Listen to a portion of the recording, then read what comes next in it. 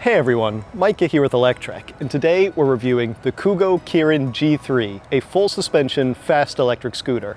Let's check it out. Right away, the Kugoo Kirin G3 takes a striking stance with its orange on black color scheme. I know it's subjective, but it looks good to me, and it looks just as good sitting still as it does going fast. At 50 kilometers per hour or 31 miles per hour, this scooter is no slowpoke. That's about as fast as I want to casually ride.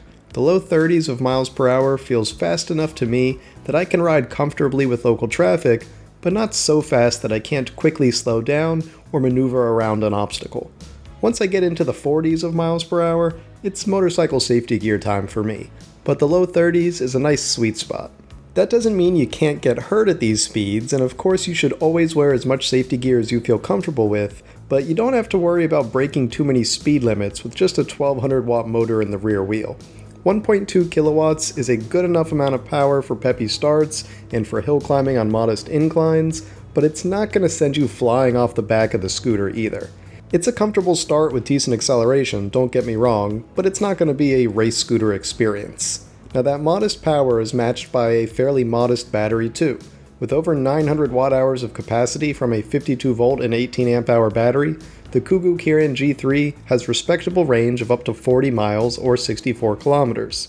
Of course, you won't go that far if you're riding at top speed all the time, but nearly a kilowatt hour of battery is still enough to give most any commuter enough range for several days between charges. When it comes to the design of the scooter, there are parts that I'm impressed by and parts that I think are just okay. On the good end, we've got grippy disc brakes that are still plenty strong even if they use cable pulls instead of hydraulic lines. We've got good LED lighting around the scooter, and we've also got nice full suspension. That full suspension makes a big difference when it comes to road vibration and even light potholes, though you don't want to hit any big potholes that could swallow up your wheels.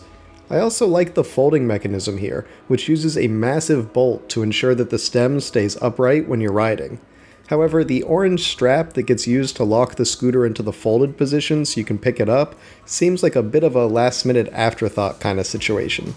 It works just fine, don't get me wrong, but I've never seen this strap-it-on solution before, and it also means you've got that strap flapping around when you're riding the scooter at full speed.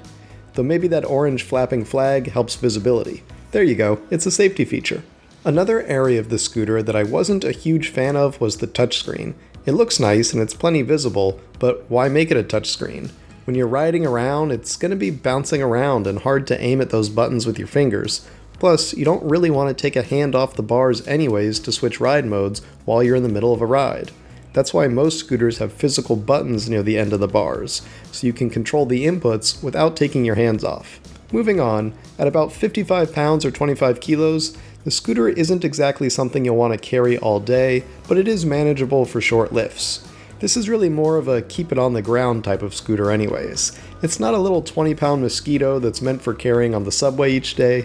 This is the kind of scooter you ride instead of taking the subway. With a fast top speed, big enough battery for respectable range, and full suspension that can handle both on and off-road riding, the scooter feels like a solid option to me.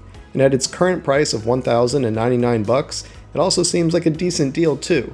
There are better options out there with different features and more powerful motors, and that don't use a strip of nylon webbing to hold the scooter in the folded position, but hey, Kugoo went their own way here and it resulted in a unique scooter that rides as good as it looks. Thanks for watching everyone. We hope you enjoyed that review of the Kugoo Kirin G3. If you did, why don't you give this video a thumbs up? And don't forget to subscribe so you won't miss any of our future electric vehicle videos. We'll see you here next time.